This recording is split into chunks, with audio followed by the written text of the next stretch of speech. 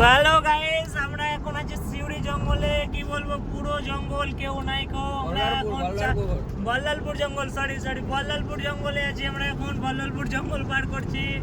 পুরো রাস্তা ফাঁকা, শুনশান, একটাও লোক দেখতে পাচ্ছি না। আমরা এখন 4 জন মিলে আছি গাড়িতে। এই আমার মামু গাড়ি চালাচ্ছে, দেখতেই পাচ্ছ পুরো জঙ্গল।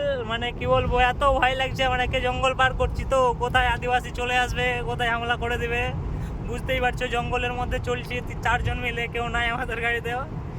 তো দেখো কেমন লাগছে রাতের ভিউটা, দেখো ভাই, সেই ভিউ। কিন্তু ভিউয়ের সাথে সাথে আমাদের ভয়ও লাগছে।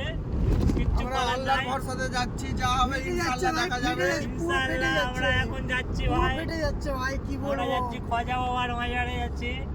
রাত 12টার সময় বেরিয়েছি ঘর থেকে। এখন বাজছে, দেখো আমাদের ঘড়িতে কটা বাজছে। এখন আমাদের ঘড়িতে বাজছে 2:09 বাজছে আমাদের ঘড়িতে।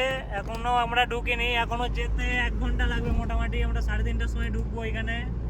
তো চলো ওইখানে যে ওইখানকার ভিউটা তোমাদের সাথে শেয়ার করছি। ওইখানে যে ওটা দেখা যাবে। তো ভিডিওটা আসে দেখবা কেমন হচ্ছে। ইনশাআল্লাহ যাতে ঠিকভাবে রাস্তাতে যেতে পারি। আবার আমরা সেই 4টার সময় রিটার্ন করব। 6টার সময় আবার ঢুকতে হবে রঘুনাথগঞ্জে। ভাই কি বলবো, খুব টেনশনের মধ্যে আছি, চাপের মধ্যে আছি। তো চলো এখান থেকে শেষ, টাটা। খাজা বাবা ডাক করেছে যেতে।